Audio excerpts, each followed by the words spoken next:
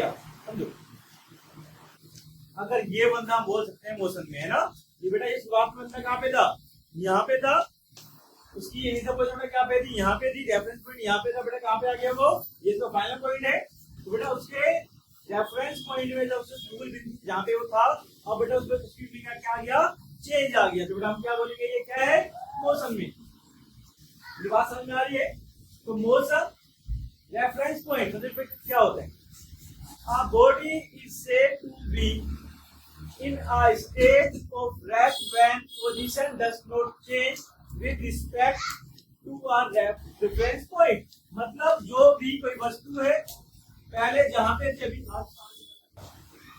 ये नहीं है ना, जो वस्तु बेटा जहां पे पहले यहाँ पे तो दिखा बेटा पेट क्या है बेटा, कार है। अब बेटा ये देखो, ये कार कहाँ पे थी, उसका शुरुआत में इनिशियल पोजीशन में कहाँ पे थी, यहाँ पे थी ना, वो चल के बेटा कहाँ पे आ गई, यहाँ पे आ गई। तो मतलब बेटा क्या है, उसकी पोजीशन में बदलाव आया।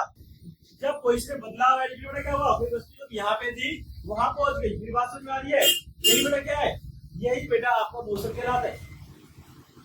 जब हम सर्कुलेटिंग मोशन की बात करते हैं तो बेटा सर्कुलर पाथ में होता है, देखो ये बेटा क्या आपका सर्कुलेटिंग मोशन है।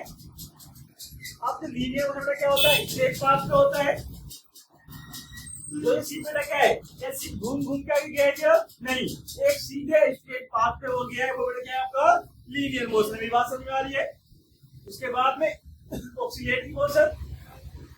अब यहाँ पे पेंडुलम है, पहले बेटा जहां पे पोजीशन में था आगे गया, फिर वापस आया, फिर बैक साइड में गया। अब बेटा ये चीजें बेटा आपकी अगेन एंड अगेन चलती रहेंगी। ये बेटा क्या आपका ऑक्सीलेटरी मोशन कहलाता है। मेरी बात समझ में आ रही है, ये बेटा क्या आपका ऑक्सीलेटरी मोशन।